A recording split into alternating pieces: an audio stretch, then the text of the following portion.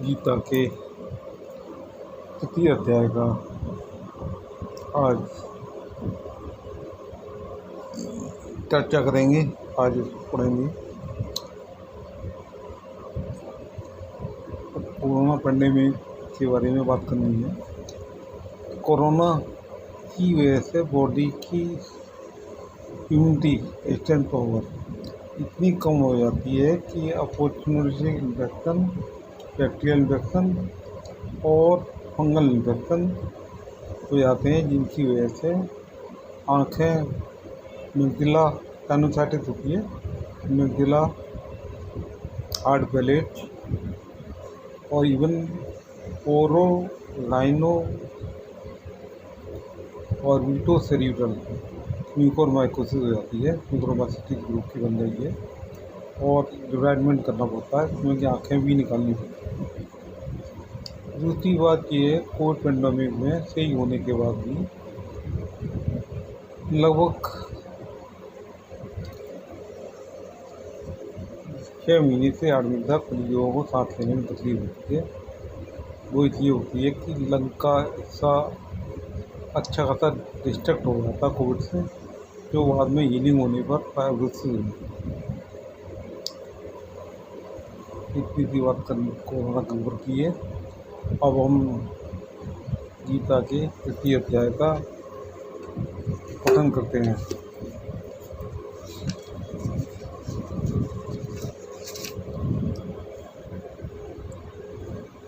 अर्जुन उवाच जायसी चेत्कर्मणस्ते मता बुद्धिर्जनार्दन तत्किं कर्मणि घोरे मां नियोज्यसि केशव। ये जनार्दन, हे केशव, यदि आपके मत से कर्म की अपेक्षा व्यवसायिक का नाती भक्ति विषयनी बुद्धि श्रेष्ठ है, तब मुझे घोर रूपी कर्म में नियुक्त होने की अनुमति प्रदान क्यों करते हो? भगवान पिछले अध्याय में अध्याय 2 बता चुके हैं कि भक्ति जो है कर्म से श्रेष्ठ है। तो अर्जुन यही प्रश्न कर रहा है कि आप क्यों कह रहे हैं गुणातीत भक्ति विषय बुद्धि श्रेष्ठ है, तो मुझे कर्म में क्यों लग रहे हैं? भयंकर युद्ध रूपी कर्म में क्यों लगा रहे हैं? ब्राह्मी श्रेणे वाक्येन बुद्धि मोयसी में तदैकम वद निश्यंत एन श्रेयो हमा पुनः। आपने मुझे जो उपदेश दिए वे सब कभी सभी श्रवण मात्र से परस्पर स्वतंत्र वाले बोध होते हैं। कभी आपने भक्ति की कृपा से प्राप्त निर्गुण भक्ति का उपदेश दिया, कहीं अन्यत्र मेरा कर्माधिकार बताते हुए मुझे कर्मानुष्ठान की आज्ञा दी। इसमें मेरा वक्तव्य है कि सात्विक कर्म राजसिक कर्म से श्रेष्ठ हैं और ज्ञान सात्विक कर्म से भी श्रेष्ठ है। ज्ञान भी सात्विक कर्म विशेष है। यदि निर्गुण भक्ति प्राप्त करने का मेरा अधिकार नहीं है, तो मुझे सात्विक कर्म अर्थात ज्ञान की शिक्षा दीजिए, जिससे मैं उस ज्ञान द्वारा संसार बंधन से मुक्त हूँ। कर्माधिकारियों को कर्म की शिक्षा देना ही अच्छा है, अतः निश्चित बात द्वारा मुझे उपदेश दीजिए। अर्जुन प्रश्न कर रहा है कि आपने बताया था कि सात्विक कर्म राजसी कर्म से ज़्यादा अच्छा है और ज्ञान सात्विक कर्म से ठीक है। यदि मैं ज्ञान पाने के योग्य नहीं हूँ, तो मुझे सात्विक कर्म करने की आज्ञा दें।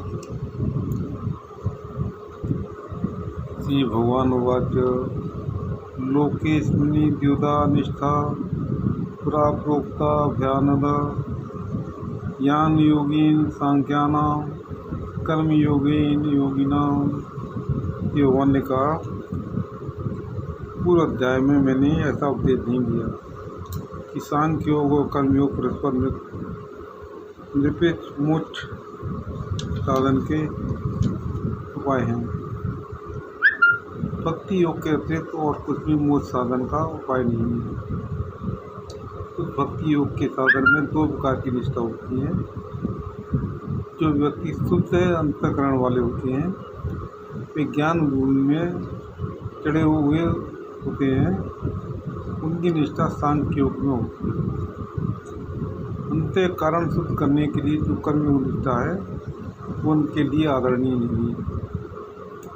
वे सांख्य योग निष्ठा के द्वारा ही भक्ति योग में अग्रणी होते हैं। दूसरी ओर जिनका अंतःकरण शुद्ध नहीं हुआ है वे भगवत दर्पित निष्काम कर्मयोग द्वारा ज्ञान भूमि में आरोहण करते हुए अंत में भक्ति द्वारा मोक्ष प्राप्त करते हैं। वस्तुतः भक्ति भूमि को प्राप्त करने के लिए जो सोपान है वे एक ही है। केवल आरोहियों को अवस्था क्रम में निष्ठा दो प्रकार की होती है। न कर्मणा न दम्भा देश कर्म पुरुषोत्सते न च संन्यास न देव सिद्धिम समाधि गच्छति। सात्विक कर्मानुष्ठान नहीं करने से नैस कर्म रूप कर्म ज्ञान नहीं होता। सात्विक कर्म के त्यागने से अशुद्ध चित्त वाला पुरुष किस प्रकार सिद्धि प्राप्त करेगा।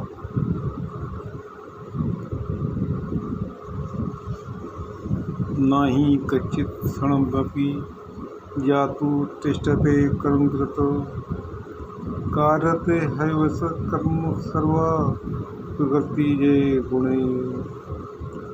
अशुद्ध चित्त वाले पुरुष सात्विक कर्मों को त्याग कर भी प्रकृति सिद्ध गुणों तत्वों के द्वारा उत्तेजित होकर अशुद्ध रूप में व्यवहारिक कार्यों को करते हैं। अतः उनके लिए सात निर्दिष्ट चित्त शोधक कर्मों का त्याग करना कर्तव्य नहीं है। कर्मेंद्रियाणि संयम या आस्ते मनसा स्मरण इंद्रियार्थान गुणात्मा मिथ्याचारा सौच्यते। इसका चित्त शोधित नहीं हुआ है, केवल कर्मेंद्रियों के संयम से उसका क्या हुआ। वे व्यक्ति कर्मेंद्रियों को सीमित कर मन ही मन इंद्रिय विषयों की आलोचना करता रहता है। अतः वैसे मूल व्यक्ति को मिथ्याचारी कहा जाता है। यस्त्विन्द्रियाणि मनसा नियम्यात् भवति अर्जुना कर्मेन्द्रिये कर्मयोग सक्ता च विशिष्यते। जो व्यक्ति मन के द्वारा इंद्रियों को वशीभूत कर कर्मेंद्रियों के द्वारा गृहस्थ धर्म के कर्मयोग का आचरण करते हैं वे उसमें असमर्थ होने पर भी पूर्वोक्त मिथ्याचारी श्रेष्ठ हैं, क्योंकि आपातः असमर्थ होने पर भी कर्मयोग करते करते क्रम से कर्म फल की आकांक्षा त्याग करने में समर्थ होंगे।